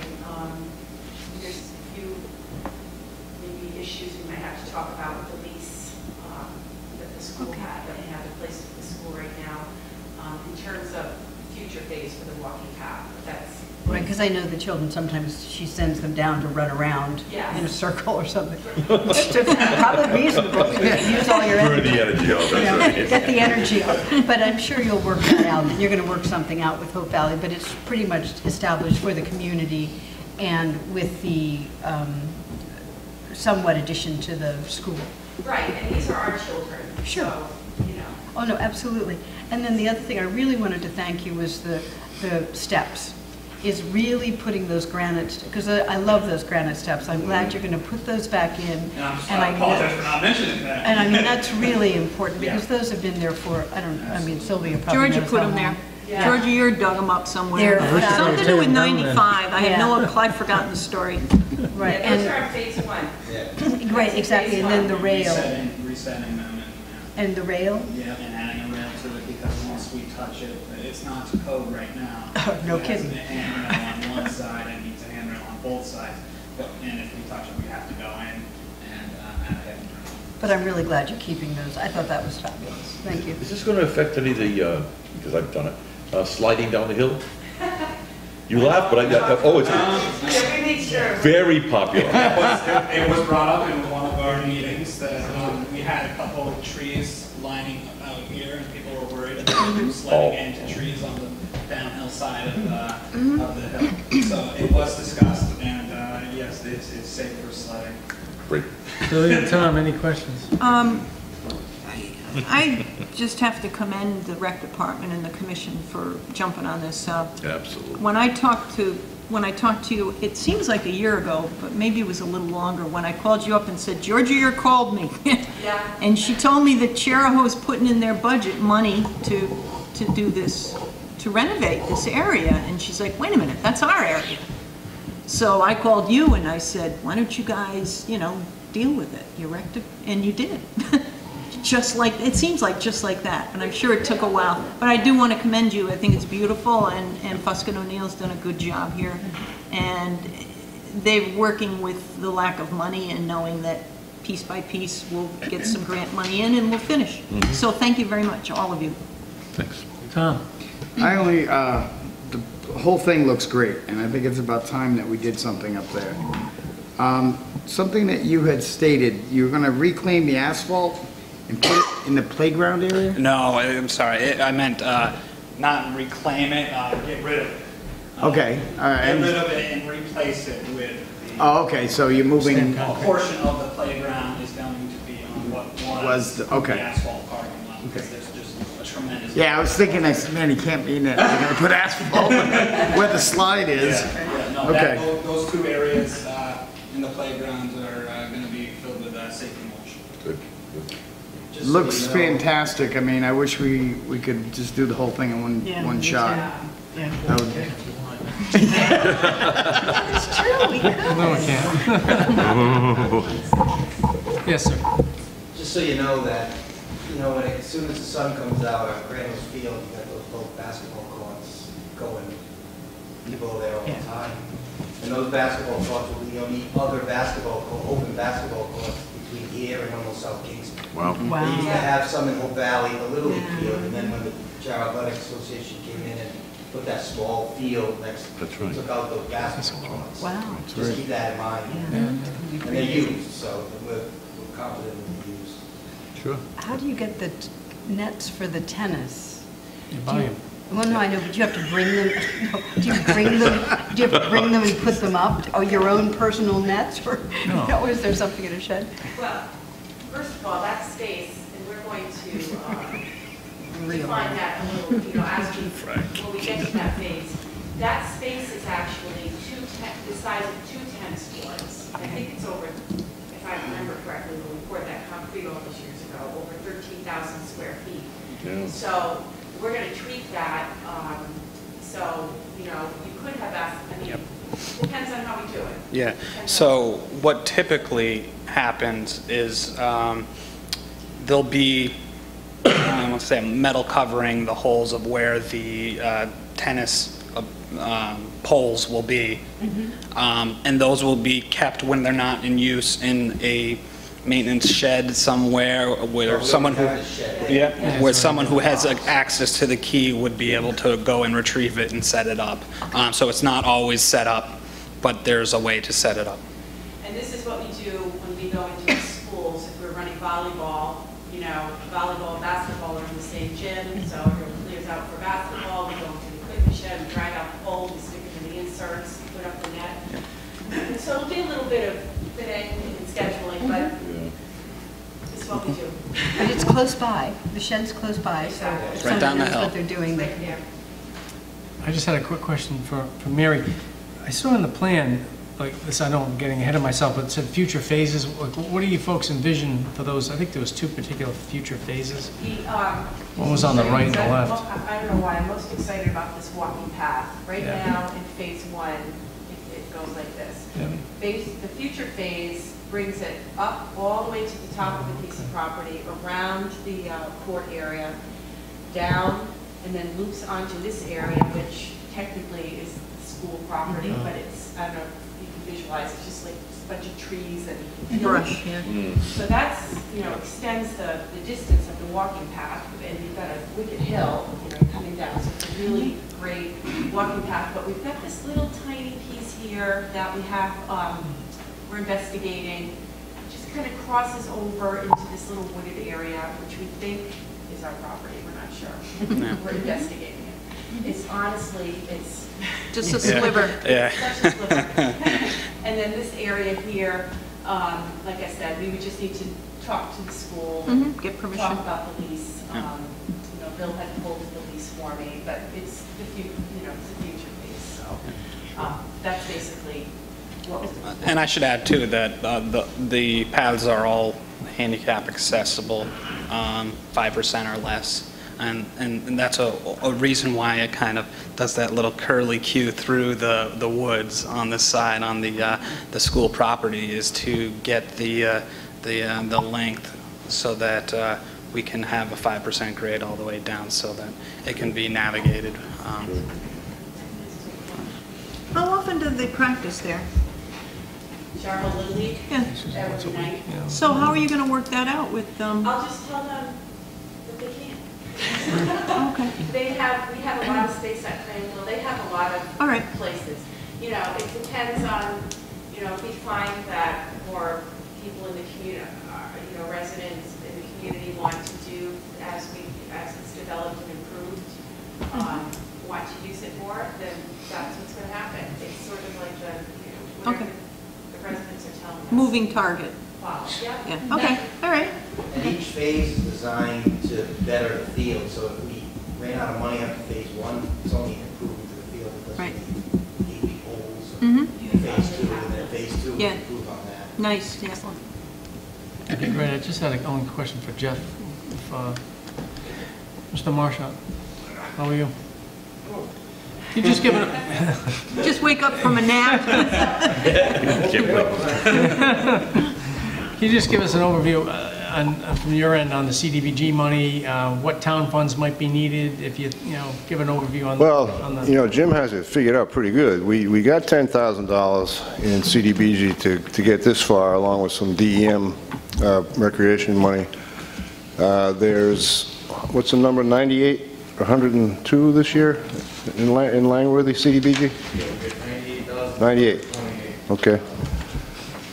And there's trail money coming up in DEM, you're thinking? So Jim has a plan. That's why another reason it's phased. We don't have enough money to do everything all at once, but it's not unrealistic to reach the goals that are outlined in that opinion of cost. CDBG has been generous this year in this kind of work, and I don't see a reason why they wouldn't continue to be. So. Okay. Any questions for Jeff, folks? Oh, Jim, come on up. The plan that I have to get this project done right now is, I talked to DEM last week. They're gonna, this fall, they're thinking about having their 2016 Lodge Recreation Grant available early. So I intend to put in, we're ready now. We already got a small grant last year, $24,000 from DEM. But now we're at the point where we can go for a large grant. Now the maximum is $400,000. So I intend to use this, go for $400,000. Right now we have $121,000 in the bank ready to go on this project. We have not even submitted our 2015 CDBG grant yet. We could get as much as we did last year, another 98, another 100,000. Okay, so now we're talking 2. In 2016, I'm going to put in for more CDBG funds, maybe another 100. So now, if we get the 4 and the 3, that's 700,000. So like Tom just says, contrary to what I put in your memo there about doing phase 1, I would like to put all this stuff together and knock out all 3 phases pretty much in one shot. This way here, we don't have like an ongoing construction project there. And if my timetable is correct here, I think we can do this in 1-2 years maximum, complete. So that's my thinking. I think you're right, it would be a problem being ongoing construction, especially with this elementary school right next to it. Now what I'd like to do right now with the 121 that we have, Fuss and O'Neill told us that if we tackle this by phase and we have them do construction drawings by phase, as opposed to doing construction drawings for that entire project the way it is now, we're going to save about $32,000. So I would suggest, let Fuss and O'Neill go right now, prepare these construction drawings, okay, with the money we have. What that's going to do, first of all, when I go to apply for money at DEM, it's going to show DEM that, hey, listen, you've already given us money, we've gotten CDBG money, we have the whole project engineered, and we're ready to go. It's up to you. So, I mean, we have a strong application for $400,000 at DEM, in my opinion. So, that's it. Okay, Jim. Thanks. Bill? I think the intent tonight was just to put the design for all 3 phases before the council to get their general approval, and we were going to work with the funding later on as best we could to work that out later on. So it's not a funding approval, it's more of a design approval. Okay, all right.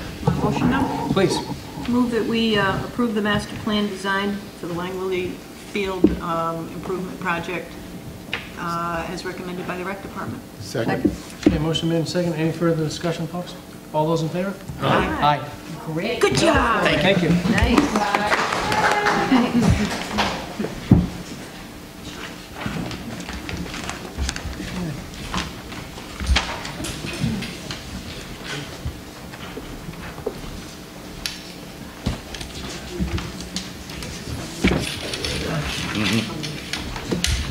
What?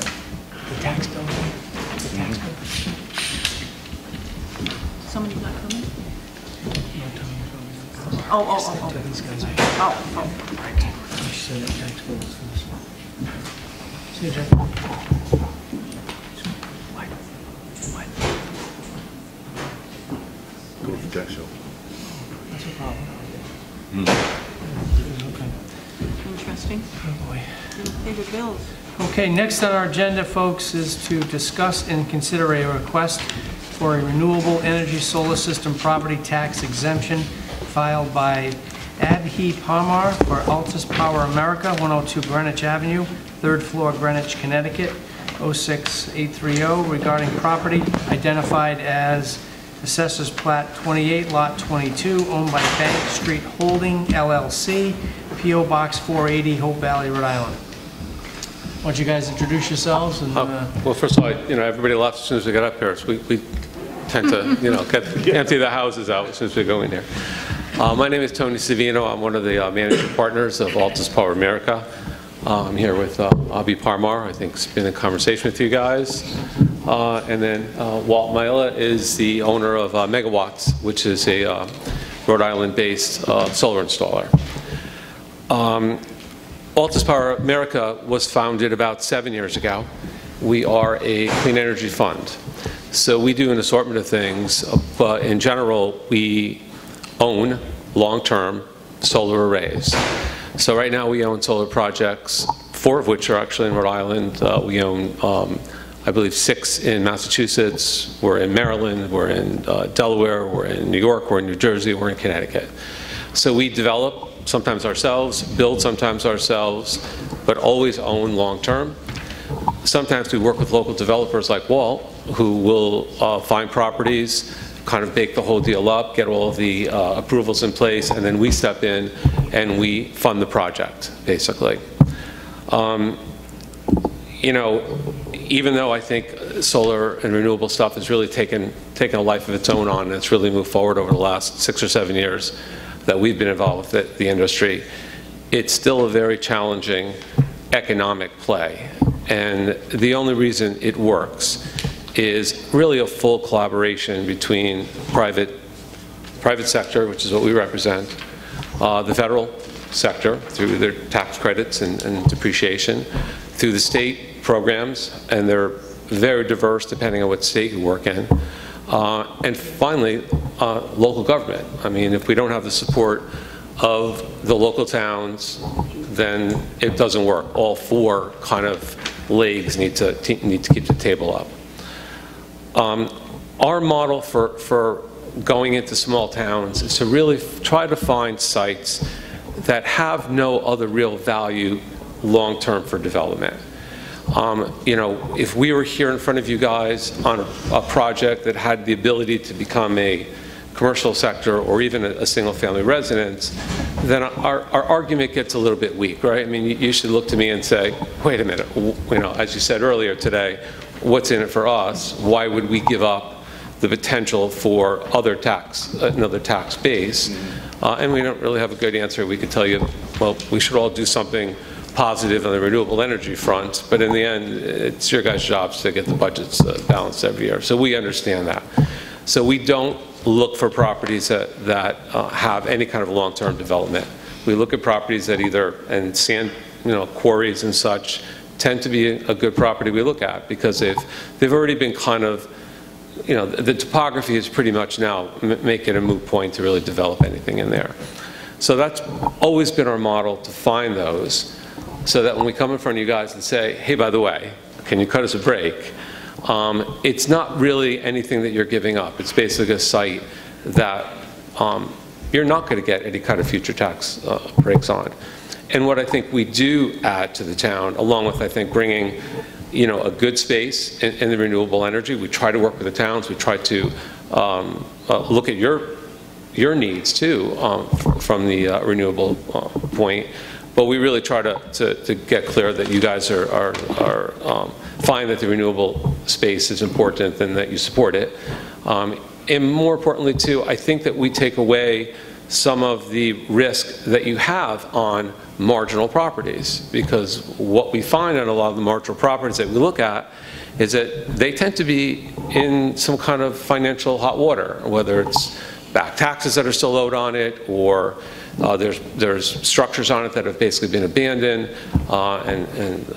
so you know, we could kind of come in and kind of clean those things up, and I think bring a strong sense to you guys that you're going to get your tax dollars every year that's based on what's already existing there. We're going to make a huge investment, so keeping the towns happy is a very important part of what we do, basically. So I think that you know, we do add something to the town also, even if it's just peace of mind that, you know, if you get 2 years or twice a year you guys get your tax checks, you're going to get them pretty consistently from us. The property's at 45 Bank Street. I don't know if you guys know the property in particular. I think it was an old quarry. You know, our job to go in there and kind of clean it up, get some access to it that's proper, get it graded properly, make sure there's no drainage issues. So kind of solve all the issues that sometimes just get left on old projects or semi-abandoned projects. And what we look for from the towns is to say, we know there's already a tax base for the land, but if we added the value of the solar array to it, it simply doesn't make the project viable anymore. And it just basically means that we just move on to the next thing to try to find that. So we look to you guys for some help on that. Some states, state of Connecticut, which we're from, actually has a state mandate that all 169 towns have to exempt solar projects from property taxes. Massachusetts is going in that direction, but it's been kind of town by town, as Rhode Island basically. So sometimes Rhode Island have embraced it, and we kind of go and look to you guys to see what your feelings are about it. So we're here. We're certainly happy to answer any questions, whether it's general solar or specifically about the site. And yeah, I'll start to my right, Tom. Are you buying the property, or are you leasing it? Well, that's a very good question. Our original model is to lease the property. Walt, who's really the developer of the project, I think has kind of battled a bit to try to lease that. So maybe Walt, you can answer that question. So, as you guys know, I've been here before. You know, I worked hard to try and make this project a reality. It seems, though I don't know the owner's absolute situation, it seems like there's some financial distress there. So he and I have tentatively reached an agreement where I would become the owner of the property to try and keep this project going. I mean, it doesn't make any sense for me to buy it unless the project does move forward. So if you know, National Grid currently has the project held up because of the tax status on the property, as you guys are aware. I think some property taxes are owed on it at the moment. So I'm just, you know, I'm just a very modest solar developer in Rhode Island trying to do renewable energy because I agree, because I believe in it, and you know, I'm willing to personally take on ownership of this property if it can keep the project moving forward.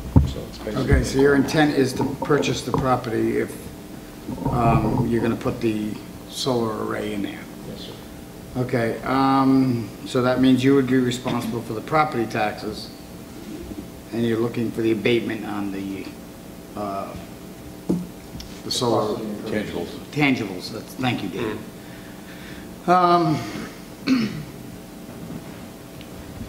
Here's a question that I mean, you're asking for an abatement. How much do you expect to make by putting this? No money on this project. You're not going to make any money on this project. Then how can you afford to do that? Because I believe in new energy and I'm trying to combine it with other projects that I also have in development in the state of Rhode Island. And together as a package, I can pull it off. So you must get some abatements through the federal government for green energy. I know years ago there was a big push for that. Investment tax credit.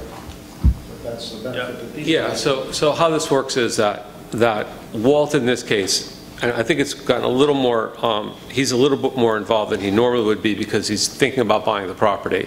But normally on something like this, Walt would come in, or someone like Walt, and would give us a price to build the actual array. So they would kind of, you know, Walt on this particular project has teed everything up.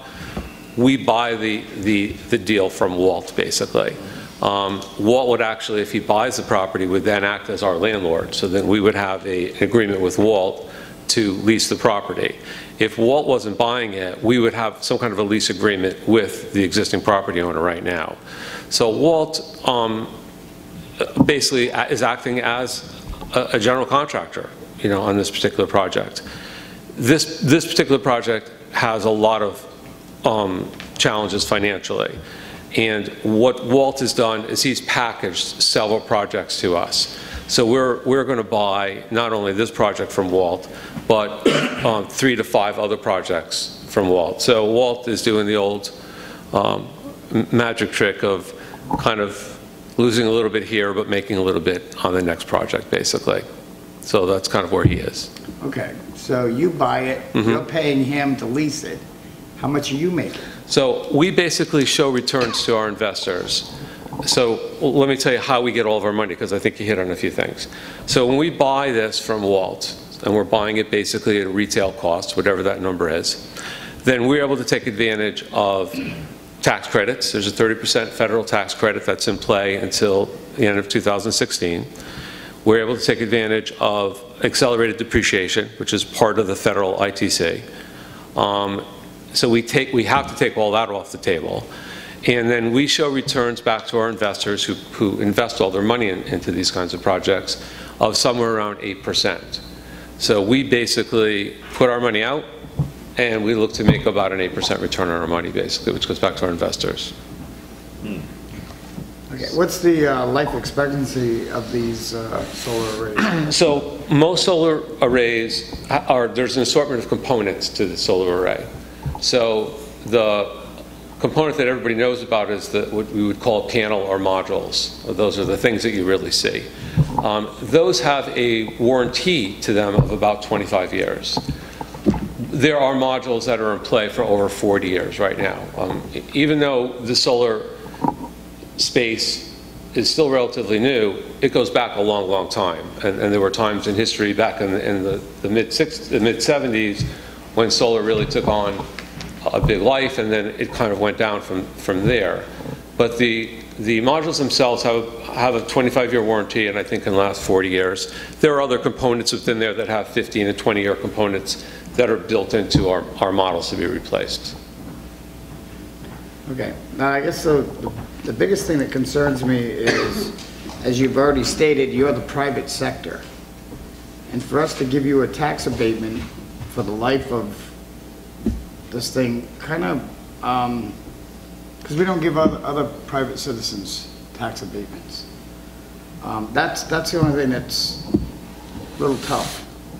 We do have a tax stabilization where it starts off where year 1 or after the first year of completion, it's only the property taxes. So the town never loses any money, so we don't have to charge more to the residents to make up for that.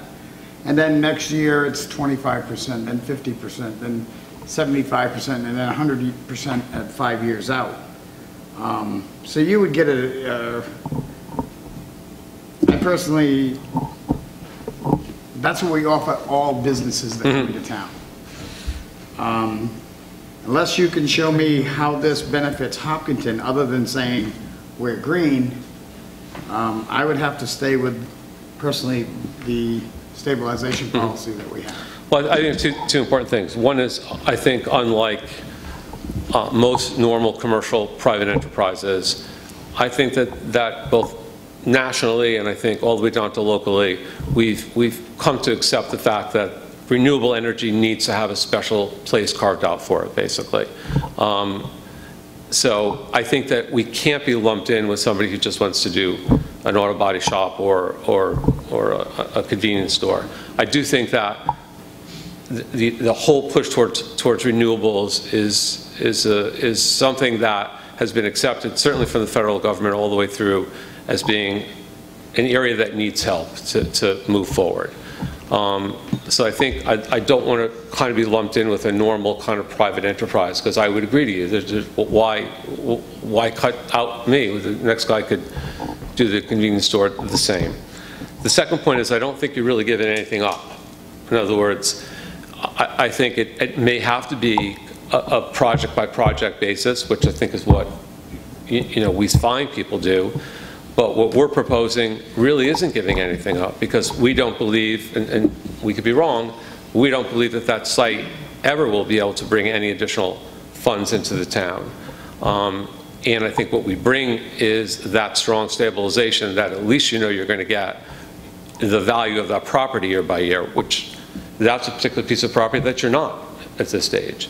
So I do think what we bring is a no loss, because we're not really asking you to give up anything, and a gain by having the stability and the strength of a company that's behind it financially, basically. So I think that's what we bring to the table. Sure.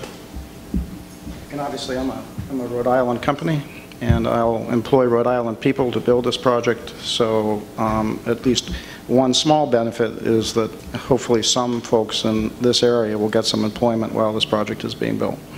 How long do you expect it to take to fruition? The construction time, is that the question? Yes, please. Well, it has to be done by November, so 6 months. And we would bring permit fees and all that. I mean, we would not be looking for any exemptions for the normal permit fees to build the construction also. So we would bring in some additional monies through your building department also. Tom, you all set? Yeah. Absolutely. Are you asking for a break on the land too, or just No, tangibles? we are not. Do you know the taxes that are paid now on the land?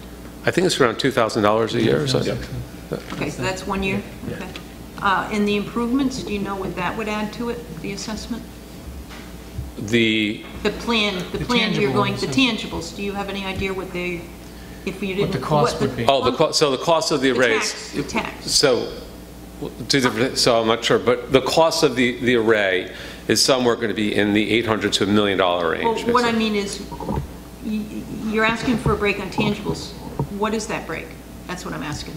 So if we... idea from the tax assessor, how much more would the tax go up if you didn't Right. get what you wanted tonight?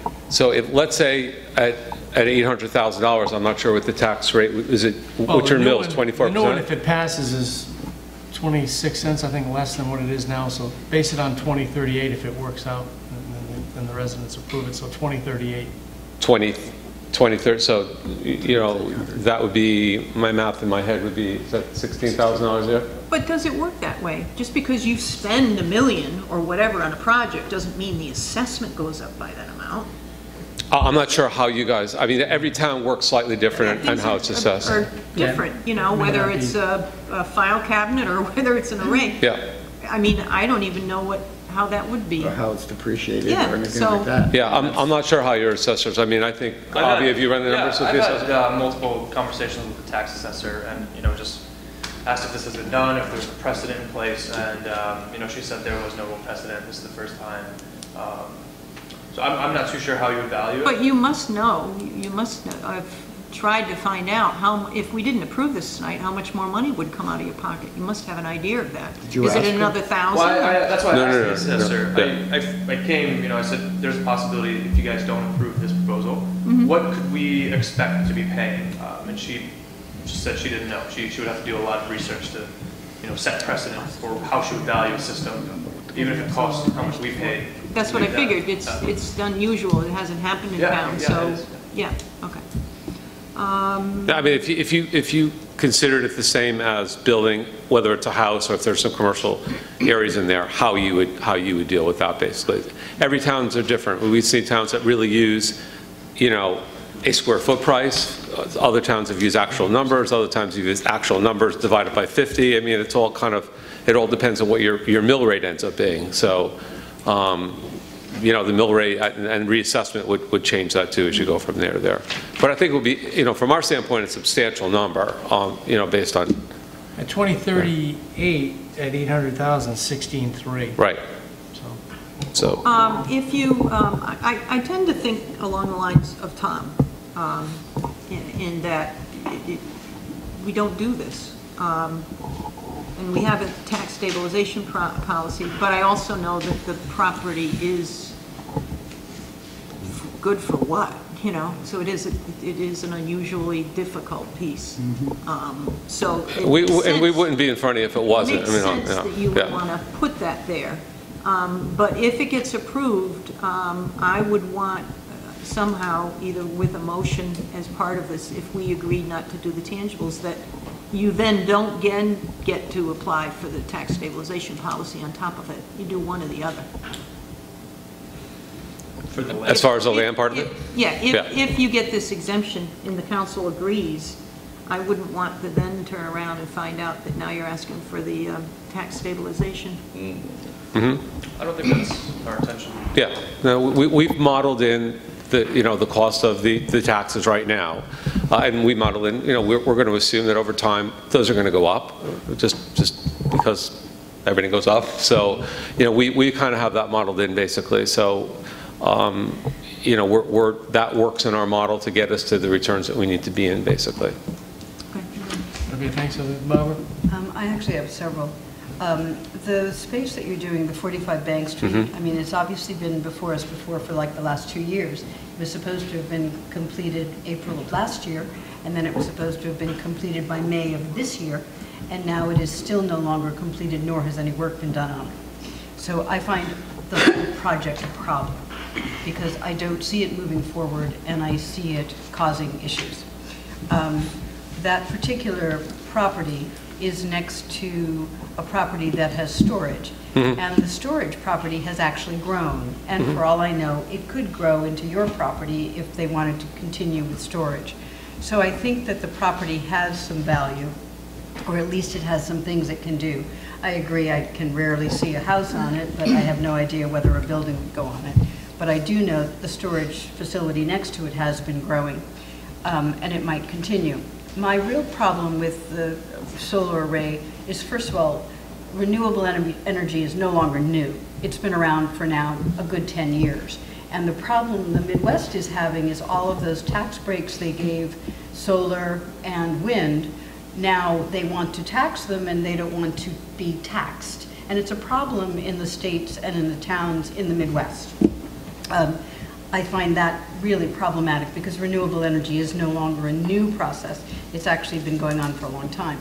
My real problem with the piece of property, though, is you don't bring us any jobs. You bring us jobs for the construction, and then there's no jobs, no benefits. There is nothing that my town gets out of it. And I still have to use the police, I still have to use fire, I still have to use people paying attention to what you're doing. So my problem is you bring me no jobs. Primarily. And I also agree with Tom, we do have the tax stabilization that we already do for businesses, and if you put $1 million in, I think it was, you were supposed to be able to put in like an 800 or $1 million in order for that to kick in, but then it kicks in pretty substantially, and I think that's a really good thing that we do. And it's a small town, it's a small piece of property. It really isn't in anyone's way. It's just kind of like a pain. And I'm not interested in giving you 100% on your tangibles under any circumstance.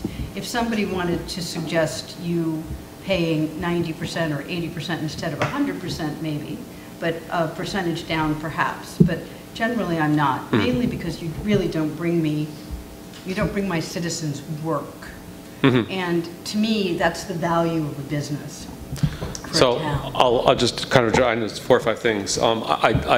You know, the future tax stuff, especially what's happening in the Midwest, I really can't speak to that. I don't know anything about that. Big problem now. So, you know, we are in fact asking point blank not to be able to pay taxes on the tangible part of it up front. So, although we certainly plan on being a good payer of the existing land issues, I think there is a point to be made about, and it's a little counter to the argument, is that we really don't use the facilities of the town. So we're not adding any school kids, we're not adding any real push for police or fire or any of those things. Basically, it's once it's fenced in, it pretty much operates by itself, and there really isn't any very big issues that come up with it. So I think long term, I don't think we add any expense to the town from that standpoint.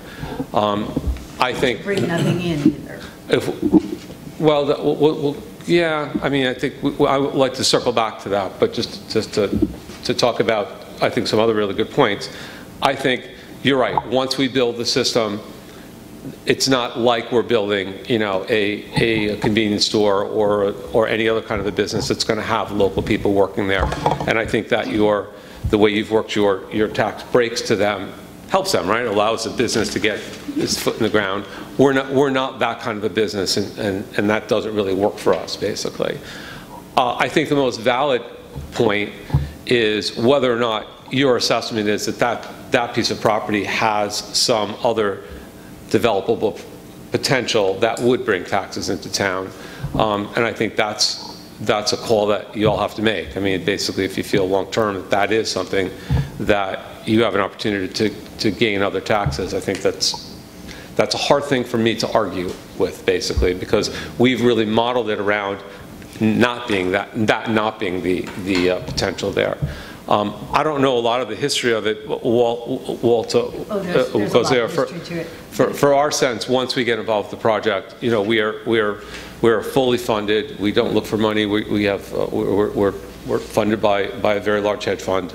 So once we commit to a project, we move quickly to get it, you know, implemented and going, basically. So a lot of the problems up front of these projects tend to be, you know, leasing issues and issues with the owners, and national grid issues, and a bunch of other things that happen. But once we step in, we move very quickly to. A lot of this was having to do with National Grid said you are up and running, and I give you money, or you're not up and running, and I don't give you money. Mm-hmm. So as far as I know, you're past the.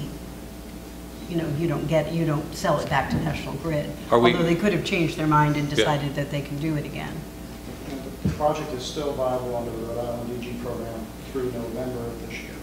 So, so you would have to, from this point to that point, actually be up and running. And Barbara, I know is very modest, but I think there will be some employment, you know, because these systems need to be maintained. You know, grass needs to be cut, you know, you know, stuff like that has to happen over the life of the system. Very modest, but you know, it's not zero. I just want to make that. Yeah, it is really modest, though. That's true. David. You know, a few things for sure. I was on the council when you came before us back in January, February, I believe it was 2013, 2 years ago, and it was imperative, I think that might have been the word you might have used, or somebody used, that we push this situation forward